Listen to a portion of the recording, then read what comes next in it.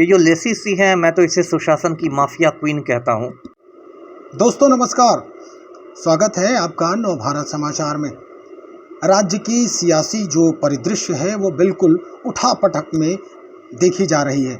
स्थिति ये है कि अब अपने ही पार्टी में घमासान शुरू हो गया है। अगर हम बात करें जनता दल यूनाइटेड की तो स्थिति जाहिर है।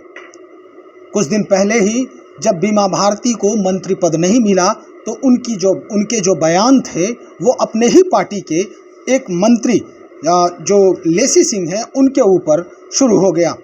आज इसी मुद्दे पर बात करने के लिए पहुँचे हैं एक्स IPS अमिताभ दास सर के पास।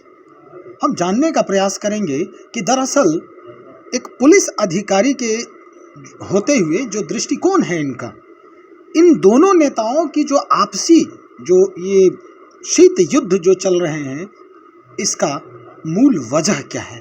सर, क्या वजह हो सकता है? एक ही पार्टी के लोग हैं और दूसरे पर कटाक्ष कर रहे हैं, दूसरे पर आरोप प्रत्यारोप कर रहे हैं, वजह क्या हो सकता है सर? देखिए, पहले तो मैं आपके दर्शकों को लेसी सिंह के बारे में बताता हूँ।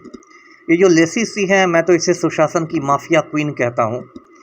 और लेसी सिंह की पृष्ठभूमि ये है कि इसका पति जो था बूटन सिंह, वो पूर्णिया का बहुत खूंखार क्रिमिनल हुआ करता था। बूटन सिंह सन 2000 में, मतलब आज से 22 वर्ष पहले, सन 2000 में बूटन सिंह को गैंगवार में गोलियों से छलनी कर दिया गया। उसके बाद उसके गिरोह की जो कमान थी वो लेसी सिंह के हाथों में आ गई और उसका गिरोह लेसी सिंह चलाने लगी। बूटन सिंह गिरोह के जितने अवैध हथियार थे वो भी लेसी सिंह के कब्जे में आ गई। और लेसी सिंह का ये गिरोह जो है वो नीतीश कुमार के आशीर्वाद से, खासकर पूर्णिया ज़िले में बिल्कुल आप कह सकते हैं नंगा नाच करता है लेसी सिंह का जो गिरोह है। और अभी नवंबर 2021 में, मतलब आज से 8 महीने पहले, वहाँ पर एक हत्या हुई थी पूर्णिया में। रिंटू सिंह की हत्या हुई थी।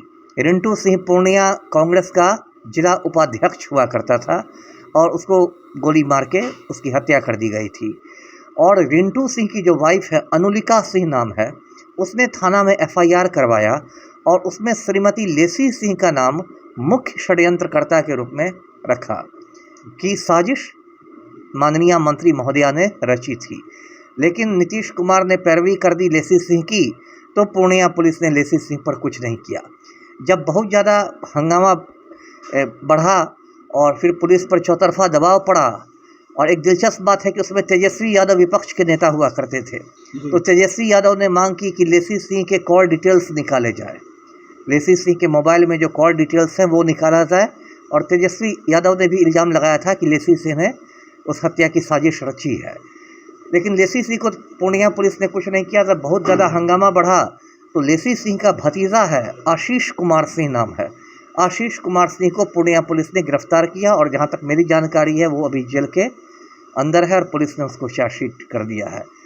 तो यही देखिए, बिहार में माफिया राज है। मैं पहले भी कई बार आपके चैनल में कह चुका हूँ कि पूरे बिहार में माफिया राज है और नीतीश कुमार उस माफिया राज को चला रहे हैं और ये सुशासन का ढोल बजाते हैं, अंतरात्मा की बात करते हैं, लेकिन पूरा अपराधियों को इन्होंने खुली छूट दे रखी है। ये लेसी सिंह की बात है। और जो बीमा भारती वाली बात आपने कही कि दोनों एक ही पार्टी के हैं तो दोनों में तकरार, देखिए बीमा भारती के बारे में दर्शकों को बताऊं कि इसका जो पति है, अवधेश मंडल नाम है, वो भी सीमांचल का एक खूंखार अपराधी है। और बीमा भारती रुपौली की विधायक हैं और ये लेसी सिंह धमदाहा की हैं। तो अवधेश मंडल भी वहाँ उस एरिया का, यानी पूर्णिया का, सीमांचल का एक खूंखार अपराधी है।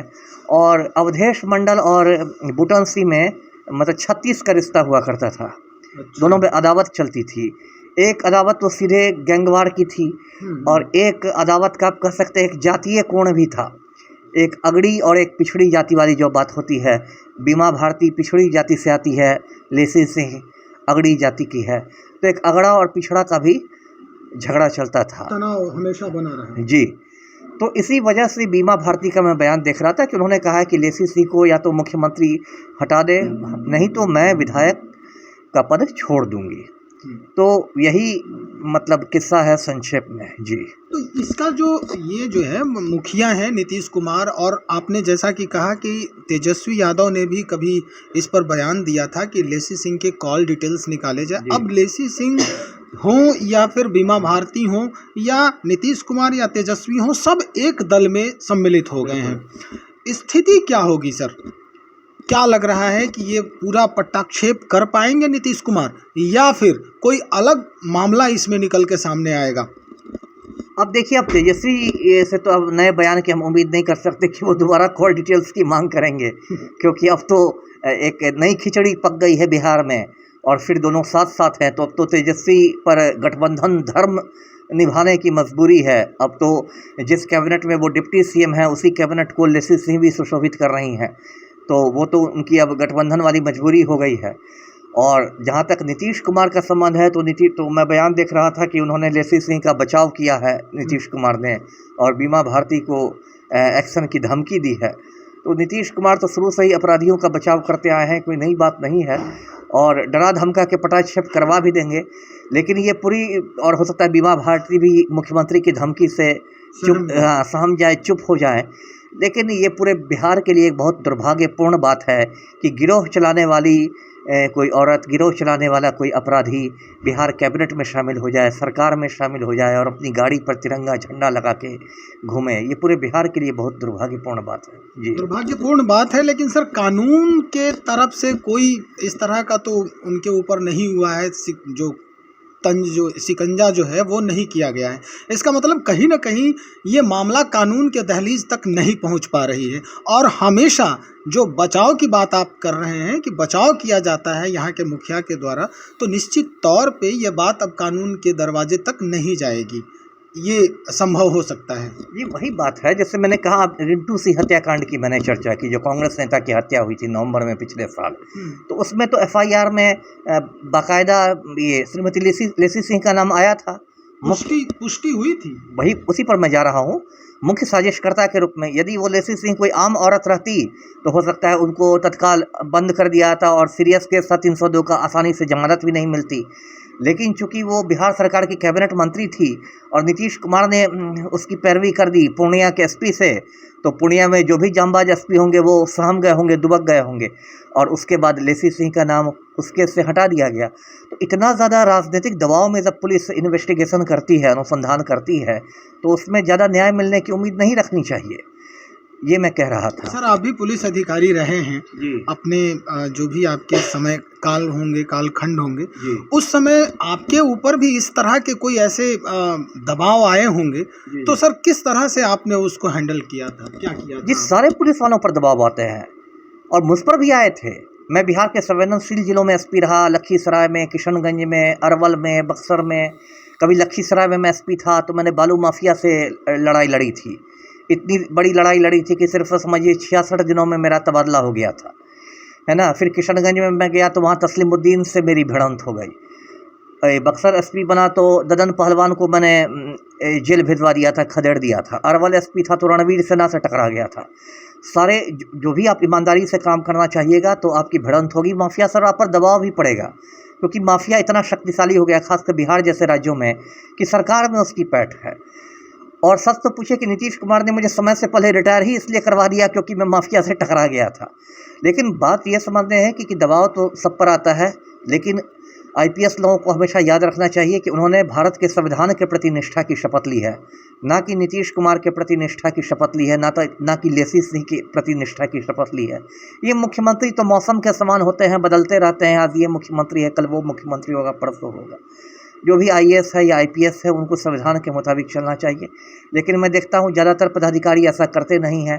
वो जो नेताओं की चमचागिरी में लग जाते हैं, छोटे छोटे लालच के लिए, ट्रांसफ़र के लिए, पोस्टिंग के लिए, प्रमोशन के लिए, जिसको एक रैट रेस कहते हैं, चूहा दौड़ कहते हैं, चूहा दौड़ में शामिल हो जाते हैं। और इसलिए जो नौकरशाही है, जो ब्यूरोक्रेसी है, उसकी ऐसी दुर्गति हो गई है जी। तो आप ये कहना चाह रहे हैं कि ब्यूरोक्रेसी में दम नहीं होने की वजह से ही ऐसा जो घटना है वो फल फूल रहा है, या ऐसे लोग फल फूल रहे हैं राज्य में? बिल्कुल। ये सेशन साहब जो थे, टीएन सेशन साहब, कहा करते थे कि पहले जो नौकरशाही थी, ब्यूरोक्रेसी थी, वो स्टील फ्रेम था और अब वो बैम्बू फ्रेम हो गया है। मतलब पहले जो इस्पात का ढांचा था वो अब बांस का ढांचा रह गया है। तो आखिर स्टील फ्रेम से बैम्बू फ्रेम किन लोगों ने पहुंचाया? इन्हीं जो आईएएस आईपीएस लोग हैं, जो ईमान बेच के नौकरी कर रहे हैं या जो रीढ़ विहीन होकर स्पाइनलेस होकर नौकरी कर रहे हैं और मतलब ट्रांसफ़र के लिए, प्रमोशन के लिए, पोस्टिंग के लिए या फिर कोई पोस्ट रिटायरमेंट फ़ायदे के लिए ये लोग पूँछ हिलाते रहते हैं। तो ब्यूरोक्रेसी का तो बहुत बड़ा दोष है ही। निश्चित, बहुत शुक्रिया सर। निश्चित तौर पे ये बातें जो हैं वो उन अधिकारियों के लिए काफ़ी जायज़ है और समझने वाली बात है। जब वो अपने ट्रेनिंग को पूरा करने के बाद जब वो शपथ लेते हैं, भारतीय संविधान के प्रति जो निष्ठा है उनकी, उसकी अक्षुण्णता की जब शपथ लेते हैं, तब ये बात यहाँ आकर वो कैसे भूल जाते हैं। वो किसी ऐसे विधायिका के प्रति अपने आप को नतमस्तक जब कर देते हैं, तो जाहिर है इस तरह के जो घटना है, इस तरह के जो क्राइम है या इस तरह के जो काम करने वाले लोग हैं, संगठन चलाने वाले लोग हैं, वो फलते फूलते ही हैं। इससे संबंधित और भी खबर हम बहुत जल्द लेकर हाजिर हो रहे हैं। बने रहें आप हमारे साथ। बहुत शुक्रिया आपका।